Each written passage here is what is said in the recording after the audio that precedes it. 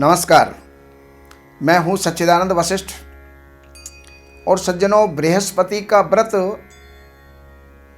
बहुत लोग करते हैं और किन किन कामनाओं के लिए बृहस्पति का व्रत किया जाता है। वैसे तो व्रत कोई भी हो, हर कामना को देने वाला होता है, लेकिन बृहस्पति विद्या को देने वाले, संतान को देने वाले और सौभाग्य को देने वाले यानी पति को देने वाले हैं। तो उनकी बृहस्पतिवार के दिन चने की दाल, गुड़ और हल्दी से उनका पूजन करना चाहिए, केले से उनका पूजन करना चाहिए और केला बांटना चाहिए। और उस दिन जो है नमक ना खा करके मीठा भोजन, हल्दी डला हुआ या बेसन का भोजन करना चाहिए। आइए मैं बृहस्पतिवार की कहानी आपको कहता हूँ। एक दादी थी, एक पोती थी। दादी ने पोती की शादी कर दी।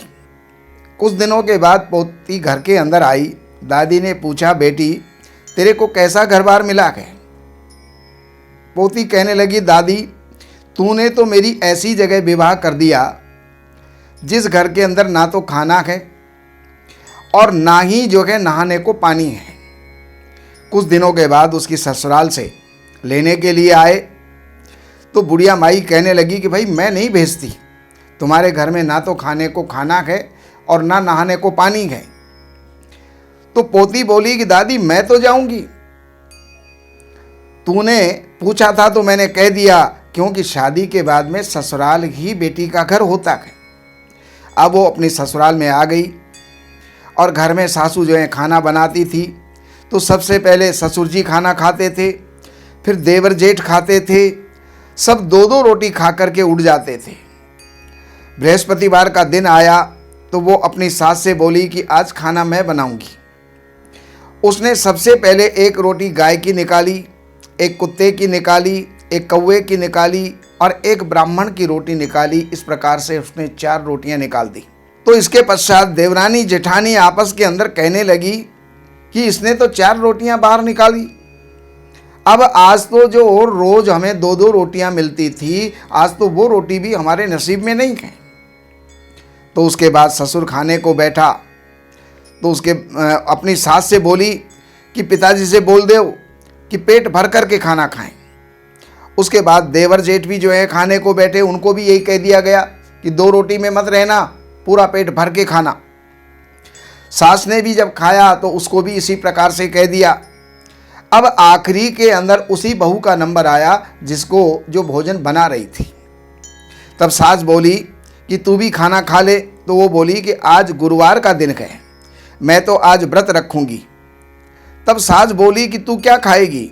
तो वो कहने लगी कि मुझे तो गुड़ की डली, चने की दाल और हल्दी की गांठ चाहिए और मुझे कुछ नहीं चाहिए, मैं तो पहले पूजा करूंगी। तब सास बोली कि ये सब कहाँ से लाएंगे? तो बहू कहने लगी कि मेरे हाथ का कंगन ले जाओ और इसको बेच करके ले आओ। अब उसका ससुर कंगन लेकर के चला गया और सब सामान लेकर के आ गया, लेकिन उस चने की दाल के अंदर कंगन भी वापस आ गया। तो कंगन को देख करके बहू कहने लगी कि किसी की चोरी करके लाए हो क्या? मैंने तो कंगन दिया था तुम्हें, ये सारा सामान लाने के लिए कंगन वापस कैसे आ गया? कि जाओ वापस जा करके कंगन दे करके आओ। तो बाहर जा करके वो देखा तो बाहर कोई भी नहीं था, जहाँ से वो लाया था वहाँ पर कुछ भी नज़र नहीं आया। वो कंगन लेकर के वापस घर आ गया। बहू ने पूजा करके 5 रोटी बनाई, एक गाय की, 4 रोटी जो है अपने लिए बनाई, गाय की, कुत्ते की और कौवे की, और ब्राह्मण की निकालने के बाद में 4 रोटी अपनी बनाई और छींके के ऊपर रख दिया। थोड़ी देर के पश्चात जो है बृहस्पति जी उसकी परीक्षा लेने के लिए आए। आकर बोले कि अलग माई। बहू बोली कि एक रोटी गाय की निकाल रखी है, वह दे दो। तो बृहस्पति भगवान कहने लगे कि मैं तो थाली में डाल करके जो दोगे वही खाऊंगा। अब सासू ने थाली में डाल करके दे दिया। उस समय उसने एक एक करके सारी रोटी खा ली। अब सासू बोली कि बहू तेरे लिए तो कुछ भी नहीं बचा। वह बहू बोली कि एक रात का क्या काटना, मैं तो पानी पी करके सो जाऊंगी, कोई बात नहीं है। कोई महात्मा आए थे, भोजन करके चले गए, बहुत खुशी की बात है। बृहस्पति महाराज जी की ये परीक्षा थी। तो तो वो जाते हुए झोंपड़ी को लात मार के चले गए। तो जो झोंपड़ी थी वो सोने का महल बन गई। सारे गांव में ढिंडोरा पिट गया कि बूढ़ा ब्राह्मण या तो भूखा मरता था, आज इतना धन कहाँ से आ गया कि उसका महल सोने का बन गया है। तब उस राजा के दरबार में बुलाया गया। तो बहू बोली कि राजा होगा अपने घर का, मैं तो केले के नीचे मिलूंगी। तो राजा और रानी आए और केले के नीचे उससे आकर के मिले। पूछा कि तेरे पास इतना धन किधर से आया? तो वो बोली कि मैं तो नेम से गुरुवार का व्रत करती हूँ, केले की पूजा करती हूँ, भगवान बृहस्पति की कृपा से सब हो गया। रानी बोली कि अगर ऐसा हो गया तो कुछ और भी हो सकता है। तो बहू कहने लगी बताओ क्या कामना है तुम्हारी? तो रानी कहने लगी कि मेरे पुत्र नहीं है। उन्होंने कहा तुम भी जो है यहाँ पर व्रत करो। तो रानी भी बृहस्पतिवार का व्रत करने लगी। तो वो बोली कि चने की दाल, गुड़ की डली और हल्दी लेकर के पूजा करे। रानी ने नेम से ऐसा ही किया। रानी गर्भवती हुई और राजा के घर में थोड़ा झगड़ा हो गया।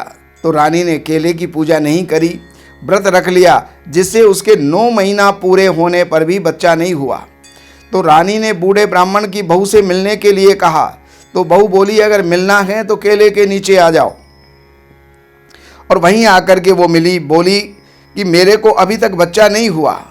तो उसने पूछा कभी केले की पूजा की है? वो कहने लगी व्रत तो मैं करती थी, लेकिन केले की पूजा मैं नहीं करती थी।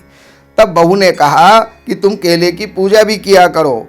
तो इस प्रकार उसने केले की पूजा करना प्रारंभ कर दिया। उसका पुत्र हुआ, लड़का हो गया। तो राजा ने जो है उसके पश्चात ढिंडोरा पिटवा दिया कि सब कोई जो है केले की पूजा किया करे। तो हे बृहस्पति भगवान, जैसे रानी पर कृपा की, जैसे बूढ़े ब्राह्मण की बहू पर आप प्रसन्न हुए, वैसे सब पर आप प्रसन्न हो, सब पर कृपा करें। बोलिए बृहस्पति भगवान की जय।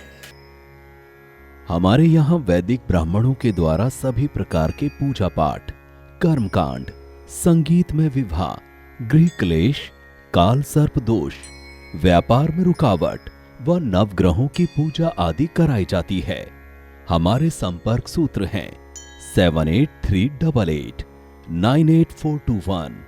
देवज्ञ सच्चिदानंद वशिष्ठ जी से वास्तु, ज्योतिष, वैदिक अनुष्ठान, पूजा पाठ, महामृत्युंजय पाठ, शतचंडी पाठ, बगुलामुखी पाठ, भैरव अनुष्ठान आदि, राशि रत्न, रुद्राक्ष, कवच आदि हेतु संपर्क करें। हमारे संपर्क सूत्र हैं 7838898421। हमारी वेबसाइट है www.shrivashishth.com।